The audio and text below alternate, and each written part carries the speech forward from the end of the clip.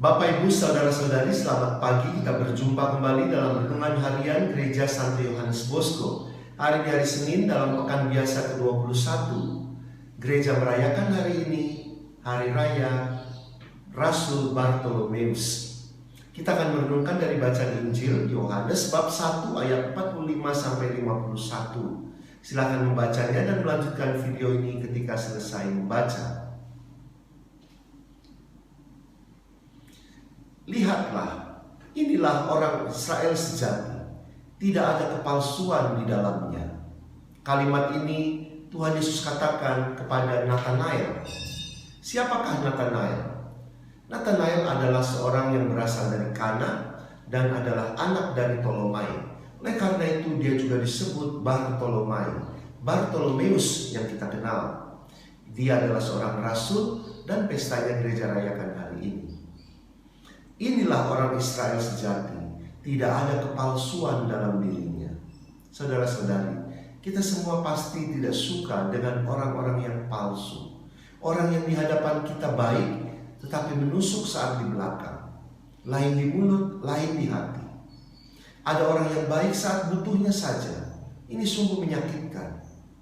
Dan kebanyakan dari kita akan kesal ketika kita bertemu orang yang penuh kepalsuan.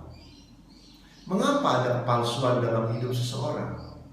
Saudara-saudari, sejak zaman dulu, manusia itu selalu menilai orang atau apapun juga dari apa yang tampak di depan matanya. Nabi Samuel melihat Saul sangat tampan, tinggi besar dan gagah, lalu memilihnya menjadi raja bangsa Israel. Tapi ternyata pilihannya salah. Daud yang kecil dan lemah dalam perawakannya, ternyata yang diinginkan Tuhan menjadi raja yang besar bagi bangsa Israel. Seringkali kita juga menilai orang yang lebih banyak diam saja adalah orang yang bijak dan dewasa, padahal kenyataannya belum tentu. Nah, kecenderungan manusia untuk menilai dari apa yang dia lihat, dengar, dan rasakan inilah yang mendorong orang untuk lebih mementingkan apa yang nampak di luar, supaya dia mendapatkan image atau pandangan orang seperti yang dia inginkan. Akhirnya, kita menjadi pribadi yang sangat peduli dengan apa yang dikatakan orang. Penilaian orang menjadi tujuan yang sangat penting dan menentukan nilai diri kita.